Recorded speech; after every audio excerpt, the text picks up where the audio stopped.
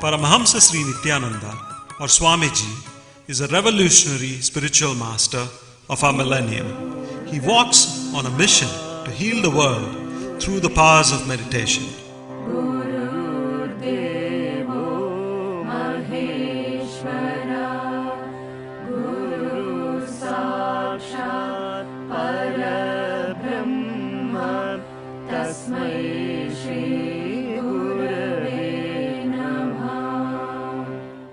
Swamiji chose to be born as Rajashekaran in the sacred town of Tiruvannamalai in southern India. Mastering yoga and rigorous spiritual practices at a young age, Rajashekaran finally left home for the Himalayas in the quest of the ultimate truth. This quest led his feet to the holiest of pilgrimage spots and to great spiritual masters in India and Tibet. After years of wandering, study, and intense penance, the boy Rajashekaran experienced the ultimate flowering of consciousness on January 1st, 2000. Rajashekaran became Paramahamsa Sri Nityananda. Guided by a divine vision, Swamiji set up Dhyanapitham, a worldwide movement for meditation in Bidadi near Bangalore in India. At the ashram, seekers aged between 8 and 80 live and learn in the Master's presence.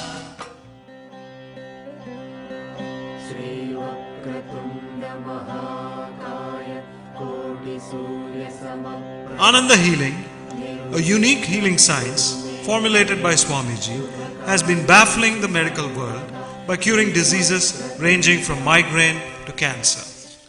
Qualified individuals are also initiated by Swamiji into Ananda Healing.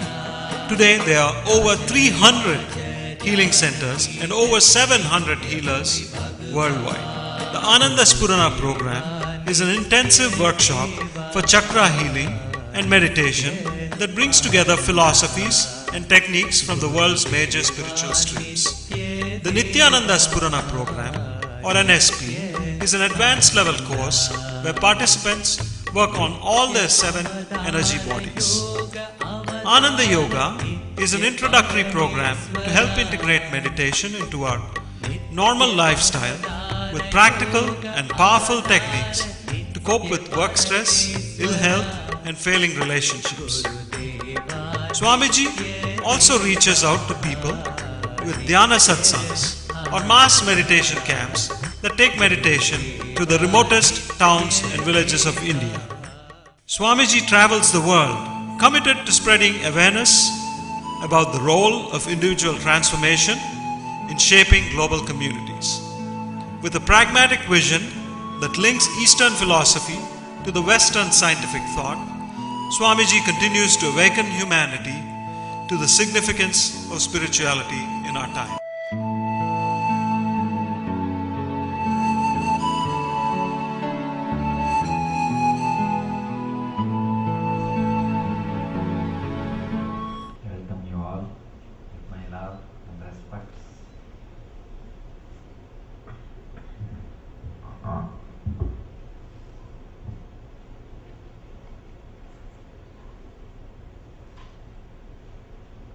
Meditation, the plan for miracles. There's a subject for today.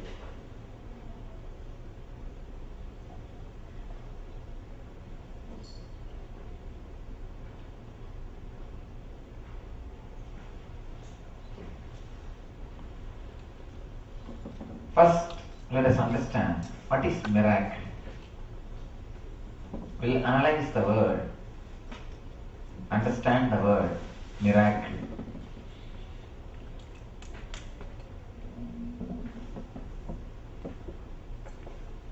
whatever happens in the universe has got its own reason. Nothing happens in the universe without cause. Only with cause any effect can happen. Cause and effect. Never directly some effect without cause or some cause without effect. No. Now the physics scientists are coming up with a new theory, parallel universe. They say anything moves this side, moves from the other side also. In this side of the universe something happens. It is the other side of the universe also, the opposite reaction happens. There can be no black hole without Big Bang, and there can be no Big Bang without black hole.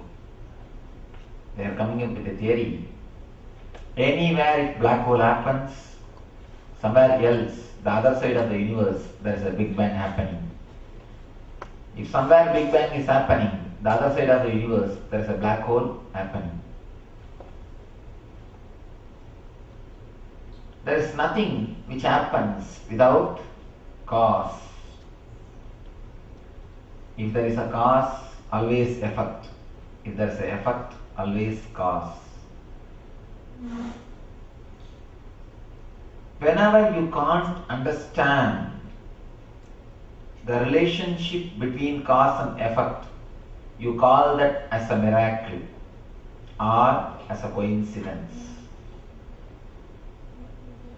Whenever you are not able to understand the relationship between the cause and effect, as long as it is obvious, open, if you can measure through your intellect, you call it as an incident, cause and effect. You know it.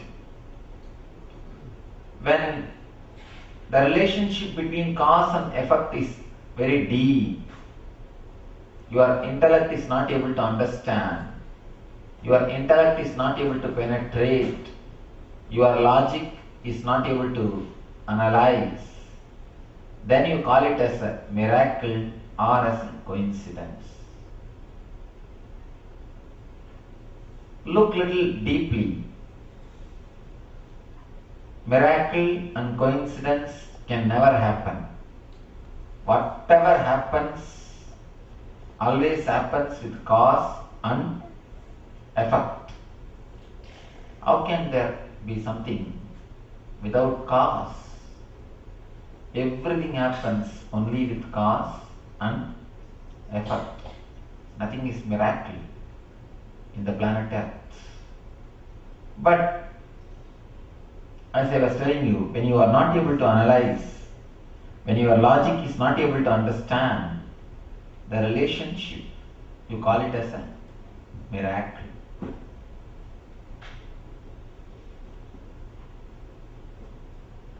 Now I say the meditation is a plan for miracle. What do I mean by this word? There's a beautiful saying by Einstein. Einstein is one of the superhuman beings. That's what I can say. Just because of him, the whole science has turned towards the mystics. It is because of him the scientists have started respecting the mystics and rishis. Otherwise, spirituality is always considered as a totality of foolishness, or scientists had a very wrong opinion or a bad view, very prejudiced idea about anything spiritual. They were always thinking whatever they know is the only universe, or whatever is universe they know. Einstein is the guy who declared first time, where science ends, there spirituality starts. One of the beautiful saying from Einstein, he says, there is only two ways of living. One is living as though everything is miracle or as though nothing is miracle. Either you live as though everything is miracle, including the things which you know, the relationship of cause and effect. You live as if everything is miracle, or you live as though nothing is miracle. Be very clear. First, I am demystifying the idea miracle. Then I want you to understand every inch of your life is miracle.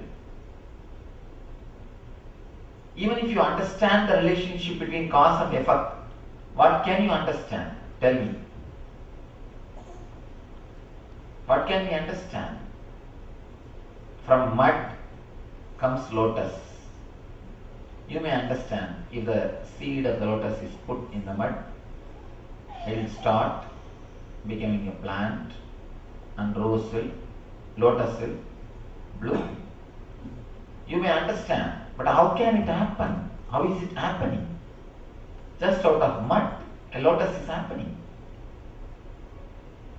You may understand, if you eat a piece of bread, it will go into your intestine and some process will happen, it will become blood. You may understand logically, but how can the very process happen? Your bread, a piece of bread, is getting converted into blood. Whether you understand or not, even if you understand the cause and effect link, it is miracle.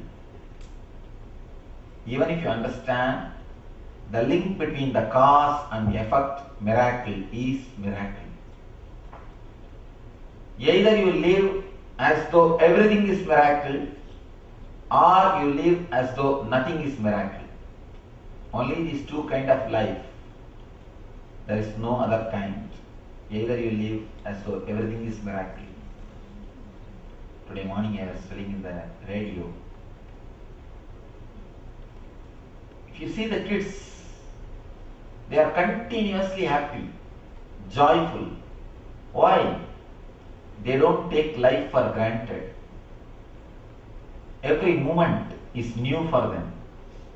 They have no judgment. They don't have intellect. They have no idea. They are continuously alive, fresh, new, not filled with yesterday's memory. Not filled with yesterday's memory. Today's sunrise is today's sunrise for them, not yesterday's sunrise. A small story. One enlightened master had a stomach trouble. So his doctor, personal physician, requested him to eat the same diet for rest of his life. He started enjoying the food. Same diet, little bit of rice and little greens, herbal medicine. That is the only diet for him. Continuously for 10 years he was taking that same diet. The disciple who was cooking for him, she got fed up. She came and asked him, Master, what is this? I am feeling bored cooking the same food. Are you not feeling bored eating the same food? Master says, what? Same food. I don't eat the same food. Every day it is something new. How can I eat the same food every day? It is new. It is your mind which labels it as the same food. Understand this one statement. How unconscious we are. It's the right word. How can I eat the same food every day? How can it be same food? No. It is new. Surely new. Maybe same kind of food, but not same food. Same kind of food, but not same food. But our mind is so unconscious. We label the things very easily. We take the things for granted. We take the situations for granted. We take the personalities for granted. Our mind is such, very easily we take things for granted. Very easily we take things for granted. You should understand this. One example deeply. Child never takes things for granted. For him, every rose is new. Everything is new. Everything is fresh. Everything is alive. He is so excited to see everything. You can see the kids. They will ask you a question. They don't even wait for your answer. They put some more question. They don't even wait for your answer. They are not bothered about your answer. Be very clear. Don't worry too much about answering them. We always take things too seriously. Either we shut them up, hey, keep quiet, don't shout.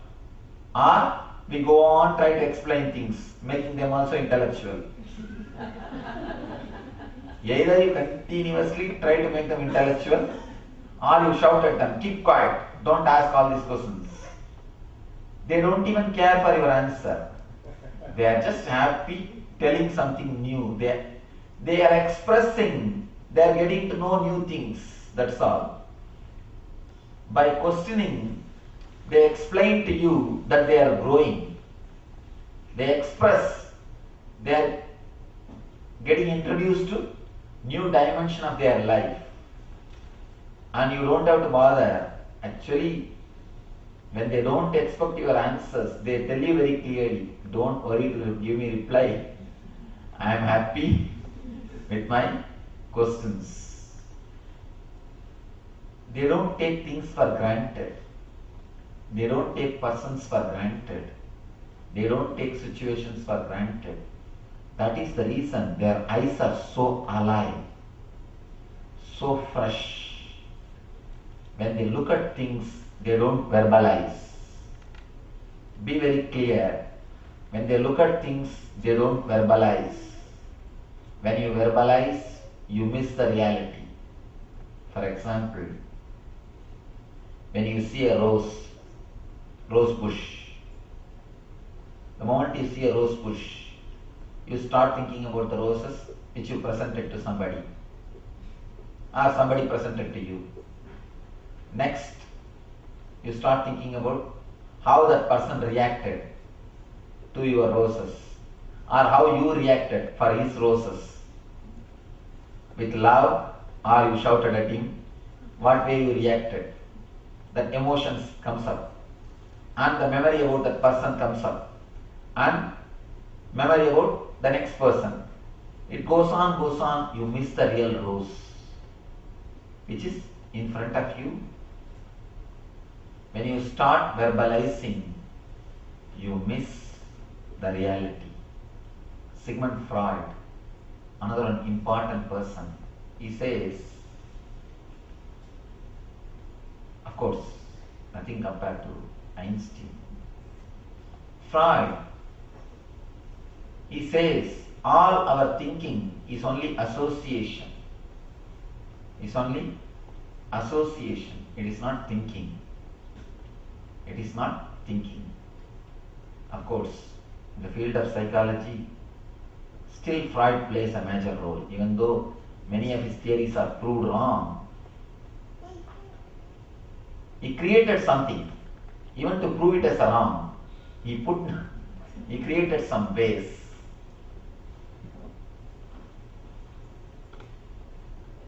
Freud says association, not thinking. He calls our thinking as association. For example, you see a dog in the street. Immediately you start thinking about all the dogs which you have seen from your childhood. Then you remember the dogs about which you are afraid when you are an infant child. Then you remember your childhood. Then you remember the teacher who taught you the lessons when you were a child. Then you remember where the teacher used to live. Just see how the link goes on. There is no logical connection between the dog which you have seen in the road and the teacher who gave you the lessons when you are a child. Of course, both of them have barked at you, that is different. But no logical connection. Your mind just moves. When you start moving in association, when you start verbalizing the things, you miss reality. You miss reality. Every day sun rises. Every day sun sets. Every day something new is happening. But again and again, you take the life for granted. You take the life for granted. You say, oh, one more Sunday, one more Saturday, one more Friday. You don't say one more day. When you label it as one more Friday, you think you know about the whole day. Actually, you think you know about the whole day. What do you know about the whole day? Except the three letter F-R-I, you do not know anything else. The moment you label that day as Friday, you think you know the whole day. What do you know about Friday except the word F-R-I? No, nothing else. But the mind is such, the mechanism is such, you take things for granted. You take persons for granted. You take situations for granted. The same way, when it comes to human beings, relationships, you take people for granted. That is why you don't enjoy any relationship. I always tell people there are two kinds of relationship. One is collecting the arguments about that person and passing the judgment. Another one is passing judgment about that person and collecting arguments to support your judgment. You have two kinds of relationship. One is collecting the arguments and passing judgment. Another one is passing judgment and collecting arguments just to support your judgment. Most of us relate only through the second way. We don't accept persons do change. That's a beautiful saying. You cannot step into the same river twice. Because by the time you put your second step, river has already moved. Water has already moved. You cannot put the same step and put your second step in the same river. According to me, you cannot put even one step, because by the time you touch and your leg reaches the ground, the river has moved. The river has moved. You cannot even put your single step in any river, because by the time your leg reaches, by the time your feet reaches the ground, water has moved. Understand? Same way, how you cannot step twice in the same river, you cannot meet the same person twice. Be very clear. When you go to your office morning and come back in the evening, your wife is different person, not the same person. Your husband is different person, not the same person. Your kid is different person, not the same person. Something is added in them, either intelligence or foolishness. Something is added, either intelligence or foolishness. Person cannot be same. There is a continuous change. Of course, you will never believe the other person has become intelligent. It is very difficult to believe the other is becoming intelligent. It is very easy to believe other is becoming foolish, but very difficult to believe other is becoming intelligent. Anyhow, whatever you may think, whether getting foolish or getting intelligent, but other is changing. Other is changing. The other person always changes. And not only the other person, even you change. Continuously you change. But you don't accept, you don't agree, you change. You try to hold on to the same mental setup. You try to catch the same mental setup. 5,000 years ago, there is a beautiful scripture about the body.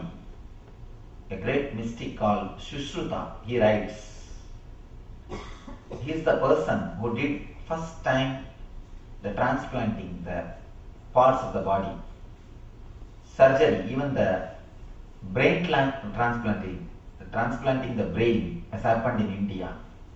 Of course, open heart surgery. All possible surgeries have been done by him. There is very clear record, a medical documentary. Everything is clearly documented medically, how he does, and all the procedures and the instruments. He is the father of surgery. His name is Sushruta, a great rishi, a great enlightened master. He writes in his books, every 6 months your liver replaces itself. It totally rejuvenates itself. Not even a single atom is same. Once in every 6 months, your liver replaces itself.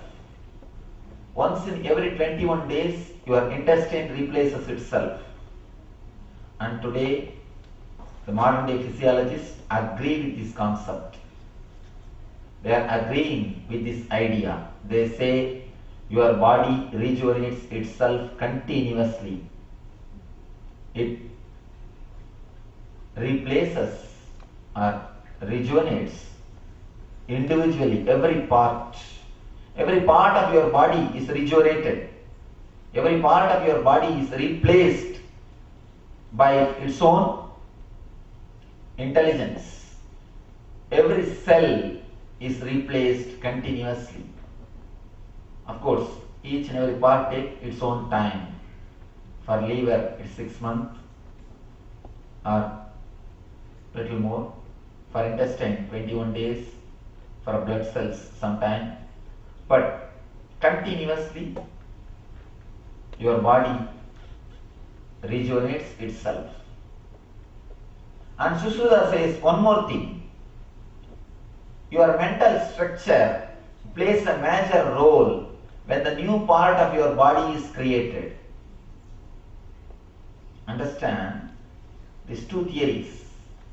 First thing he says, your body is continuously replaced by your mind, by your soul, by your energy, and your mental structure plays a major role when your body is getting reconstructed.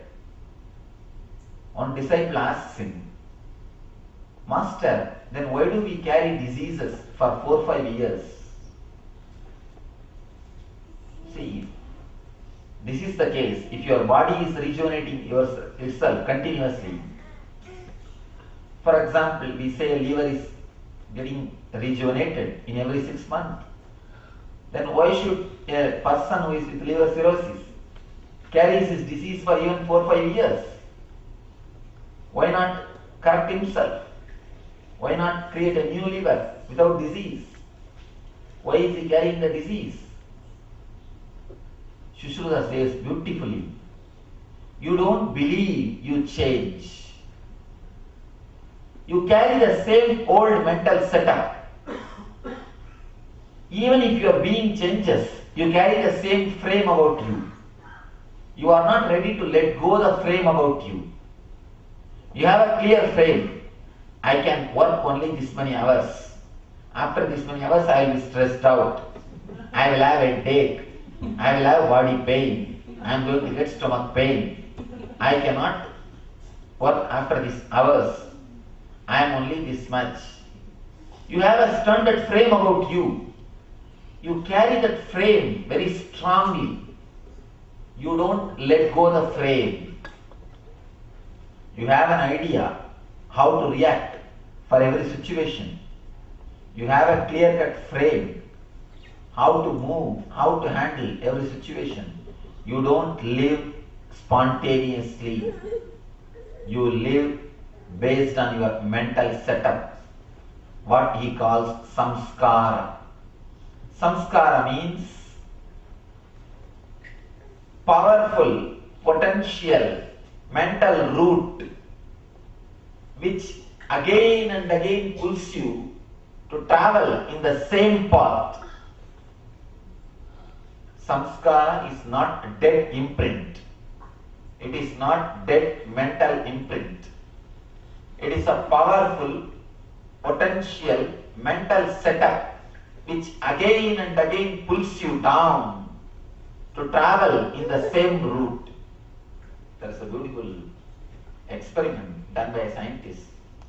Early morning, he used to ring the bell and feed his dogs, all his dogs. He will put food in the plate. All the dogs used to have saliva in their mouth and eat. After continuous training, one day he just rang the bell. No food was given. But he saw the dogs are all pouring the saliva. And they are just enjoying the empty plate. They are just enjoying the empty plate. It has become a samskara. Same way, you also create a samskara. You create a samskara. Whenever you remember that memory or that mood or that persons, that situations, you react in a same way in which you reacted.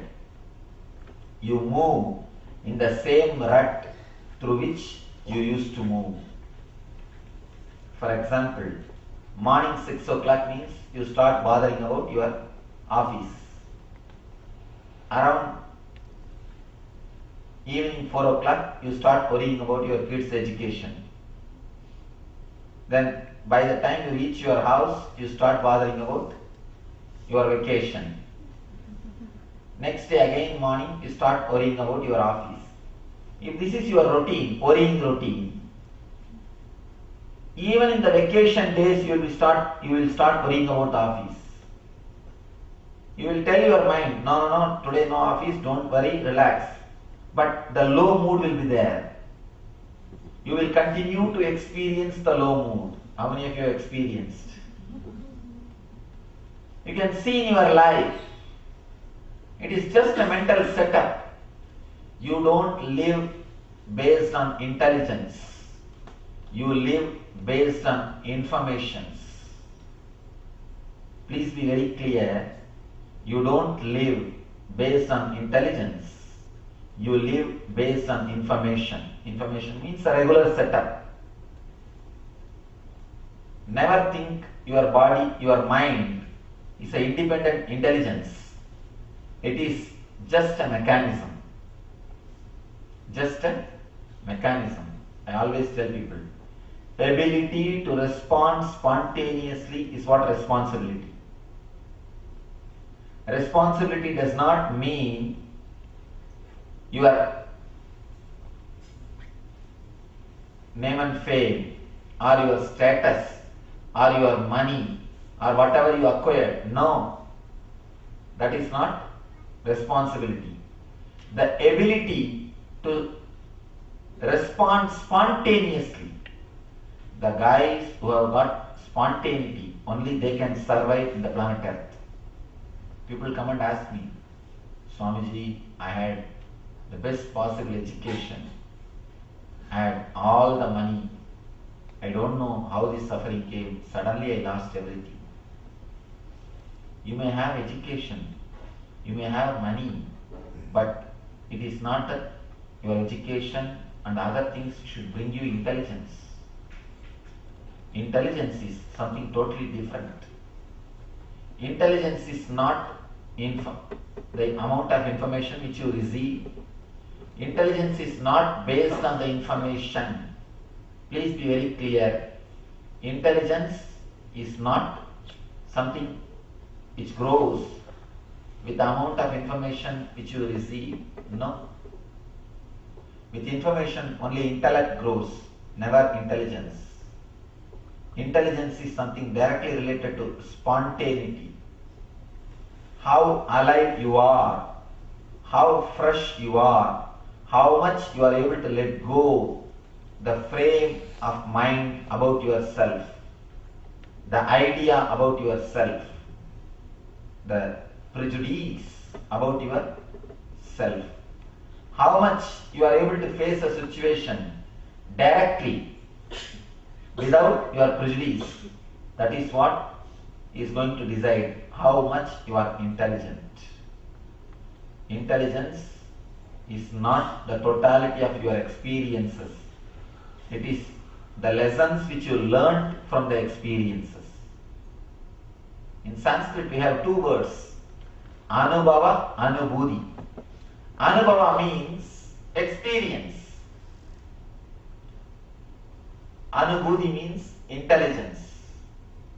Just experience is not enough to live the life. To have the experience, if you live on the planet Earth for 80, 90 years, that is more than enough. But that is not going to help. The number of incidences which happened in your life can give you only informations and experiences. But intelligence is totally different. Intelligence is something like learning the lessons from the experiences. There are people who never learn anything from any amount of experiences.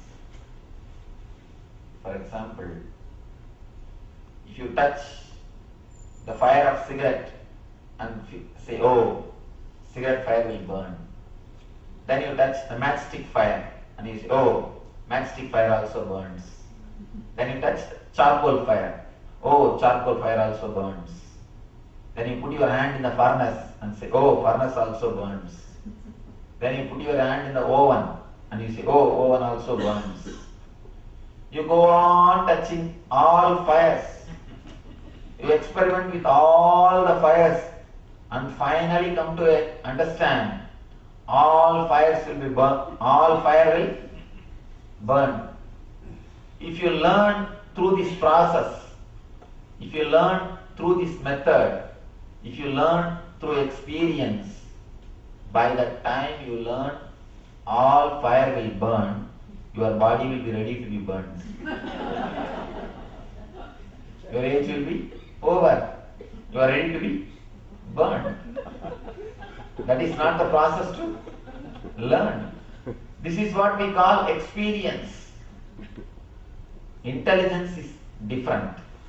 When you touch first some fire, immediately you realize all fire will burn. That is what I call intelligence. So Anubhuti is totally different from Anubhava. Intelligence is totally different from experience. But we trust only experience, not the intelligence. We trust only the experience, not the intelligence. All our universities, all our colleges, all our educational system, all our way of life respects only information, only intellect, only the experience, not the intelligence. You are trained only to be more informative. You are trained to collect only more informations. You are trained only to be more intellectual, not to be intelligent. You are trained only in verbalization, not in visualization. When you learn how to be more intellectual, slowly, by and by, you lose intelligence. You create a frame about yourself and you create a frame about every situation. You try to move only based on that logic. But life has no logic. Life is paradox. Life is not logical. When you move based on your logic, you always fail. And you say, everything is going well. Everything was going well. I do not know how things messed up, Swami. How I missed it. Because your logic is your logic, not life's logic. If you are logically logical, you will understand logic is not enough logical. That is true. All your idea about yourself, your idea about others, when you take decisions with these prejudice, with these judgments, you fail to live the reality.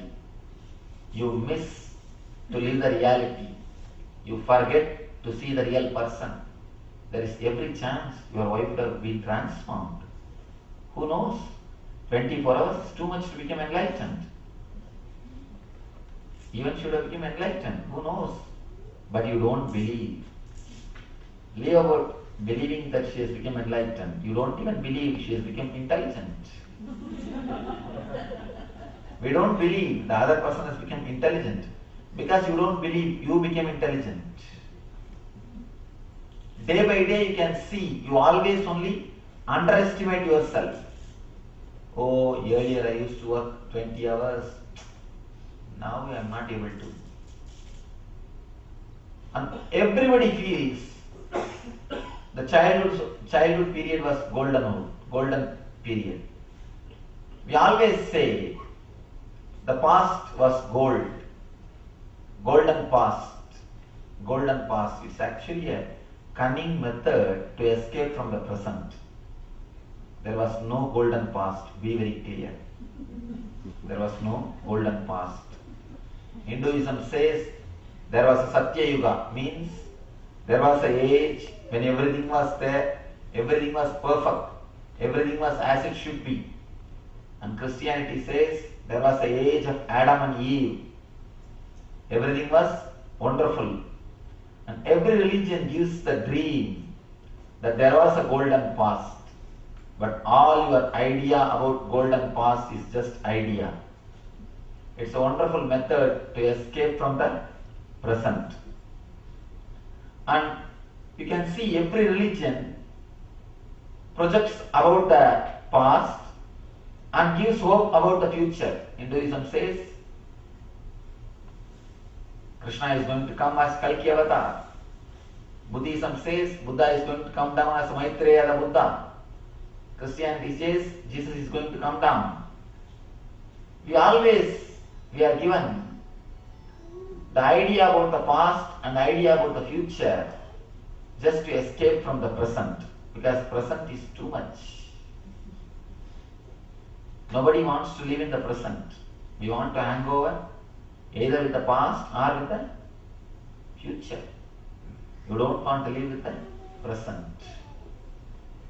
You want to have some mental frame, some mental setup, some idea about something, either about the past or about the future, so that you can escape from the present. Your ideas about the past, about the future, about yourself, about others, makes you miss the reality, what we call life. Your ideas about yourself, which you are not ready to let go, that is what I call ego. Your idea about yourself, which is not true, Our fear is nothing but false experiences appearing like a real. False experiences appearing like a real. Appearing as real is what is fear. All your false experiences, false expectations appearing like real is what your fear. That is what is your ego. As long as you hold on to your ego, you miss what is called real life, reality. When you miss the reality, you feel nothing is miracle. You take everything for granted. Anything which happens in your life, you just take it for granted. You forget to see miracles. You forget to see miracles. Even if the miracles happen, you forget to see miracles. Look into your life, how many miracles are continuously happening. Small things. Suddenly you remember some friend whom you have not seen for a long time, and you hear a calling bell, you go and open the door, he will be standing. Suddenly you remember somebody's name whom you have not remembered for a long time. You will hear a telephone ringing. If you pick up, he will be there at the other end. You will go to some friend's house, you will feel as if you came to the same house already. And you know even sometimes where which things are placed. And you will see exactly the things will be there. And sometimes suddenly you remember in a party, I think I attended this same party already. And something is going to happen after a few minutes. You will see that thing will happen. Either that person will come or that incident will happen. How many times this happens in our life? How many times we experience these things, but we take these things for granted. We say, coincidence. There is nothing called coincidence happens on the planet Earth. There can be nothing called coincidence. Be very clear. Only miracles. Whenever you have intelligence to look, everything looks like miracle. Whatever happens is miracle. When you do not know, when you do not see little deeply, when you do not see with little intelligence, whatever happens, you take them for granted. There is only two kind of lifestyle. Either you see everything as miracle, or you see nothing as miracle. If you look little deeply, even the bread becoming blood is a miracle. Air going in and coming out is a miracle. Still you are alive, that is great miracle. There are thousands of miracles continuously happening inside your being. There are thousands of changes continuously happening inside your being. People come and ask me, Swamiji, I am not able to change my character, please advise me. I tell them, change is your nature. I am only surprised how you are able to hold on to the same mental setup. I am only surprised how you are able to hold on to the same mental setup. To hold on to the same mental setup only you need effort. You need to put your effort. You need to do something. Allow the change to happen. You will see that it will continuously simply happen. Because the life means change. Life is a river. It is flowing. It is just flowing. It is just happening. All the great changes in your life is continuously happening. Only you hold on to it. It is you who stops all the changes. Your body is changing. Your mind is changing. You are becoming more mature, but you never believe you are becoming more mature. When you try to make yourself more mature, when you try to become intelligent, you stop your growth. Your very trial or your very effort disturbs the whole process. By putting your effort, you disturb the whole process. If you just let go, if you just relax, if you allow, you will see existence will do the whole thing. You need to do only one thing. Trust yourself. Life changes you. Life teaches you. Life takes care of you. Trust yourself and relax. People come and ask me, Swamiji, please give me some teaching. How can I change my life? I tell them, relax, you will transform. They don't want to believe that. No, give me some technique. Give me some method. Give me some way. Give me some teaching. Give me some advice. Then what can I do? I give some advice to confuse them. So that they will keep quiet.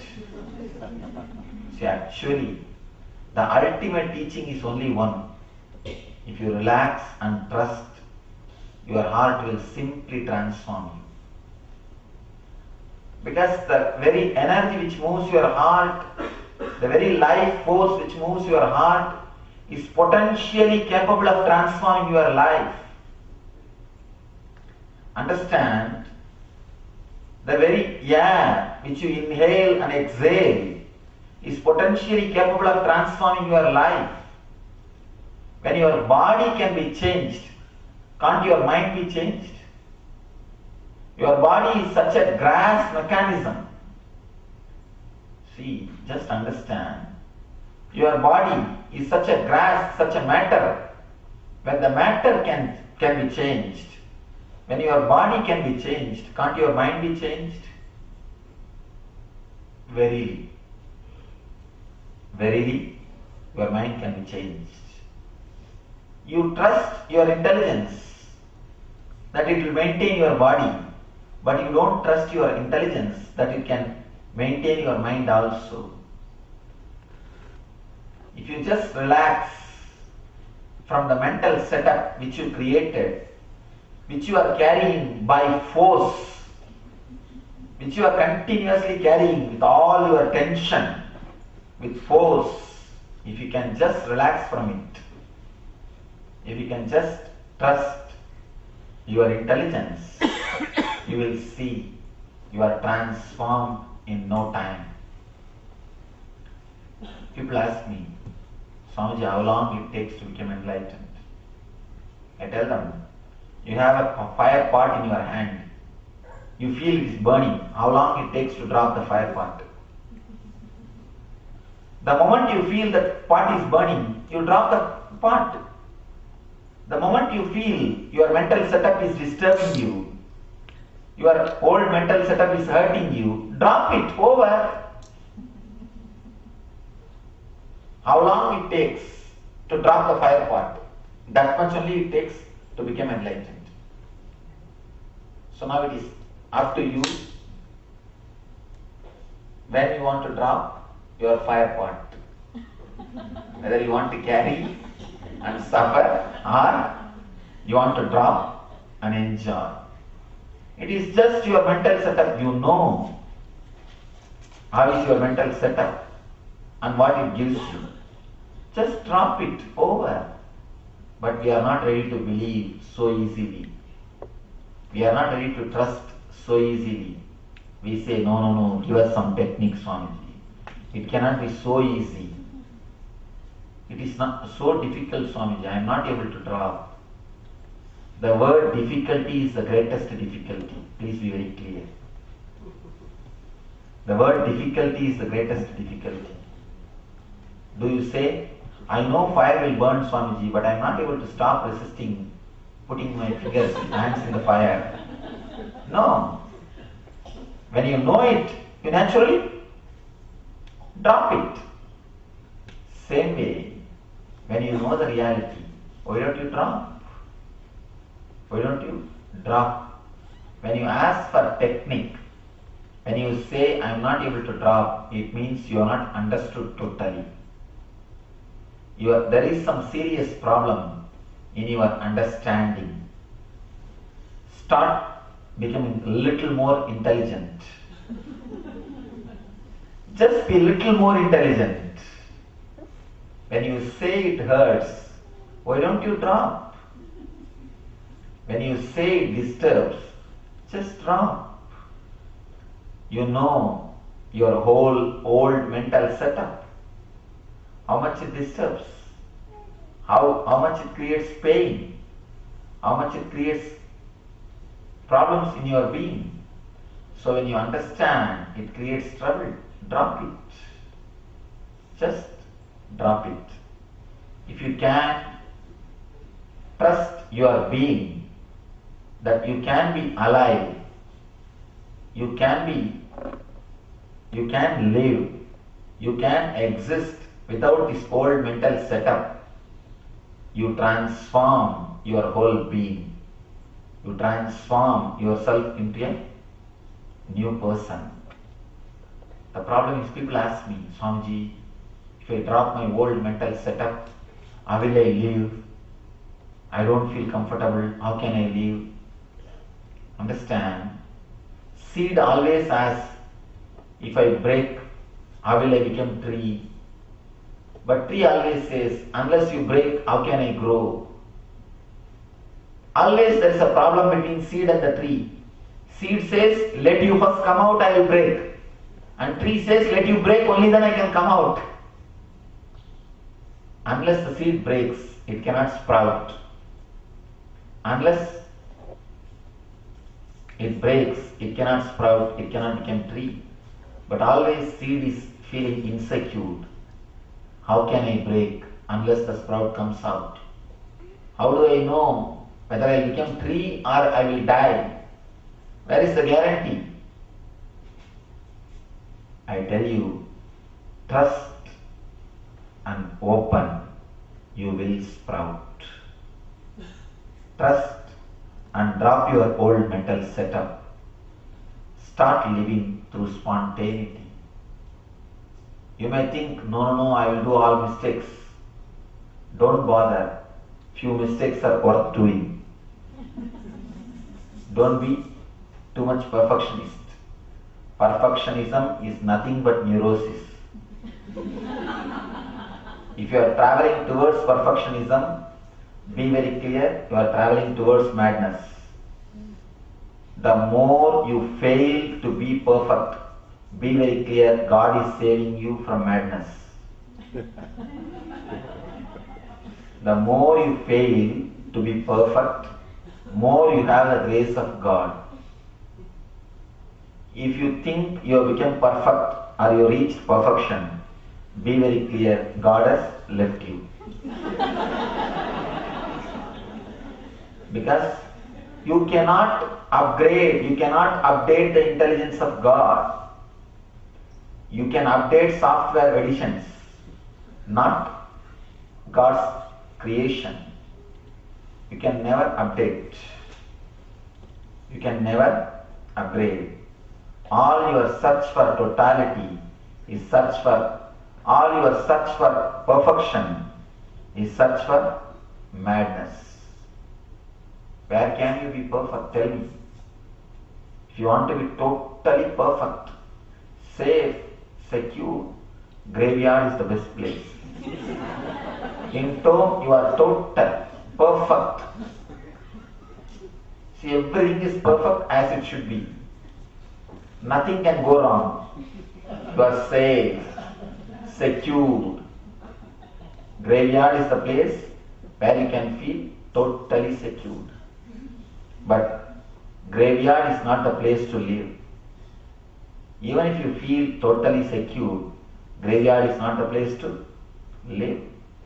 Ship is secure in harbor, but it is not created to live there. Ship is secured in harbor, but it is not created to live in the harbor. It is created, it is developed, it is built to travel in the ocean, not to live in the harbor. Understand. Even if you commit few mistakes, nothing wrong. Start living through spontaneity. When you shift your mental setup from mental setup to spontaneity, from ego to spontaneity, when you shift, when the cognitive shift happens, there is a small gap which you suffer a bit, as a little bit of problems, a little bit of imbalance, all these things happens. It's a period of transition. That period only I call tapas or penance. Nothing wrong. Undergo the penance. Undergo the tapas. You will see and experience a new life. New life is worth living. Living through spontaneity. Living through spontaneous intelligence. Living not based on your opinions and prejudices. Living based on spontaneous intelligence. When you start living spontaneously, you realize everything is miracle. When you live based on your ego, you will live nothing is miracle. When you take life for granted, the first thing which happens to you is boredom. Next, depression. Boredom and depression are the gifts of living based on your intellect. Taking the life for granted. What next? What next? What next? What next? The moment you get Lexus car, you start thinking about Benz. The moment you sit in the Benz, you start bothering about Rolls Royce. The moment you get double cot, you start thinking about queen size bed. The moment you are in the queen size bed, immediately king size bed. Thinking about queen size bed, you lose your sleep. You lose your sleep in this bed. Thinking about the king size bed, you lose your sleep in the queen size bed. That is what is happening in our life. You sell your sleep to purchase beds. You work so much to increase the height of your bed, but you forget to decrease the depth of your sleep.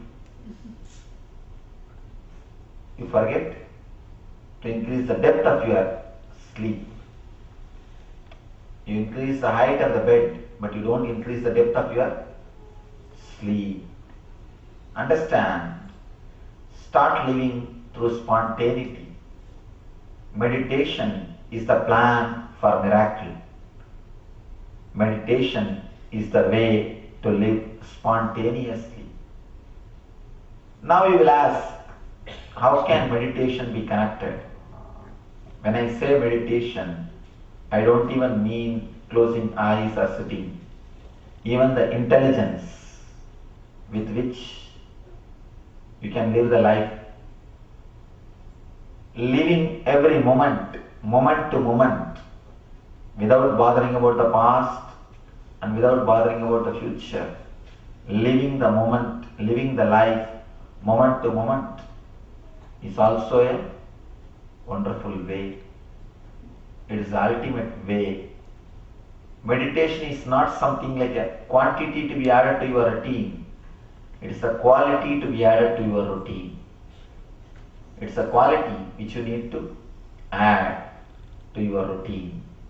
Add this great quality, meditation, in your life, and you will see the whole life looks like miracle. Everything looks like miracle. Even the inhaling and exhaling, breathing in and breathing out is too much. It is just a miracle.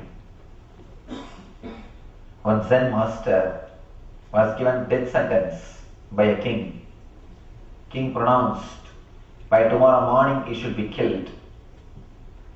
But he is quite happy, as usual, enjoying the life, doing the same routine. Disciples are asking him, Master, are you not afraid tomorrow morning you are going to die? He says, even this moment is too much for me. Who is going to bother about next moment? This moment itself is too much for me. 24 hours is too much. Who is going to bother about tomorrow? When you understand, even this moment will become too much. Breathing in and breathing out itself is great fulfillment. You will feel every moment is a great miracle. When you experience every moment is a great miracle, your whole being overflows with gratitude to the existence. No fear happens. First thing, all your fantasies about life drops. all your fears about life, death. How can there be accident? You are going in a vehicle and he is coming in a vehicle and both of you look at each other and you hit. That's all. How can this be an accident? Naturally, it's an incident. When you don't want it, you call it as accident. When you want it, you call it as miracle. See, if the result is favorable, you call it as miracle. If the result is negative, you call it as accident. If the result is so-so, you call it as coincidence. That's all. All the three are one and the same.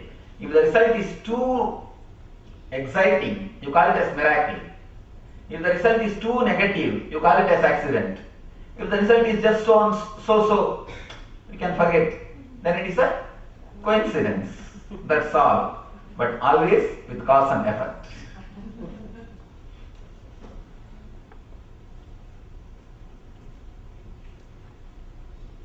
Even the great miracles like teleporting and all is based on cause and effect.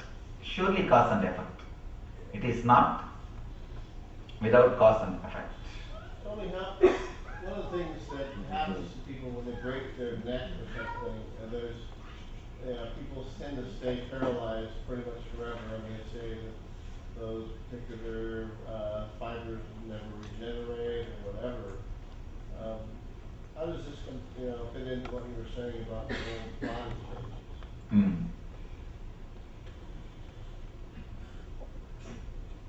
Some portion of your body is directly associated to your mental setup. The root mental setup, the root ignorance, what we call ego. Only those portions never get replenished or rejuvenated. Wherever your ego plays a superficial role, all those portions are intelligent. They rejuvenate itself. Wherever your ego is rooted, that area never gets rejuvenated. You understand? Not too well. Not really so well.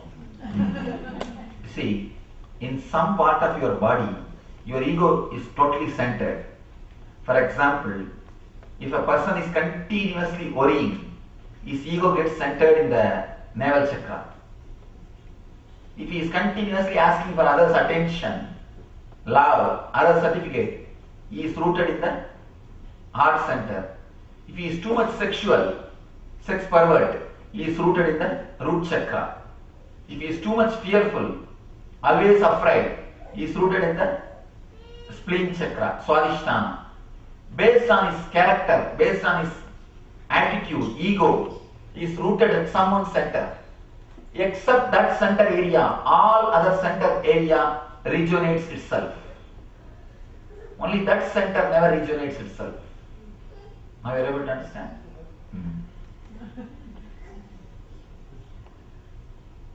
How to let go from that center. That is what is all about this 2 days class. This 2 days weekend program is all about how to let go and how to unlock, how to clear, how to energize all these 7 energy centers, how to unlock the chakras, how to remove the blockages in 7 energy centers. You have a standard mental setup, ego, mental frame of these 7 energy centers. To remove the blockages, to unlock the chakras is what I call meditation techniques. To the techniques which you can use to remove the blockages is what I call meditation. These 2 days we are going to practice these meditation techniques which will help you to unlock the energy centers and to remove the blockages of the 7 chakras. Yes. Is it important to journal? Is that helpful to write down what happens during the day, each day, to evaluate maybe? Pardon, little loud. Is it important to journal, to write out each day what happens to you, keep track of your, is that the question? Oh, according to me, better not to keep the track. have more fresh intelligence and life. Believe that every day is new day for you. Every day you are a new person. If you keep track, you may understand a little bit that you are growing. But if you don't keep track and forget and start trusting that you are intelligence, you will understand every day you are transforming. Growth is not growth. Always it is quantum. Be very clear. Transformation is always quantum, never step by step. As long as it is step by step, it is postponing the transformation. Only when it is quantum, it is total enlightenment. So, I'd know about Kundalini energy. Kundalini energy.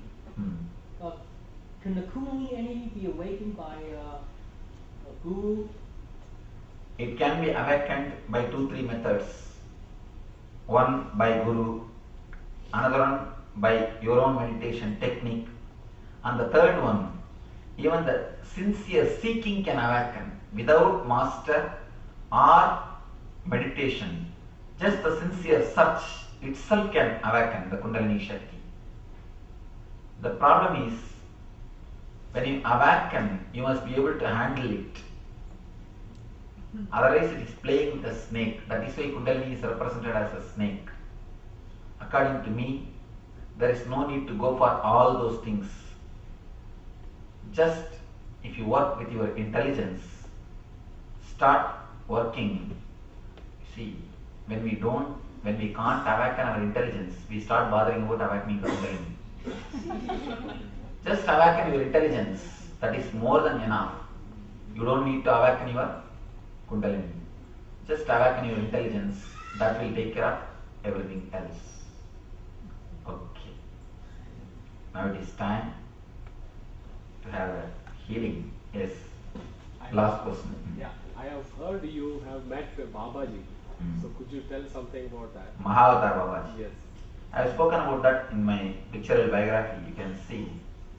When I was in Gaurikund, I do not know how to explain that. It's in the Himalaya. It's a place in Himalaya hills.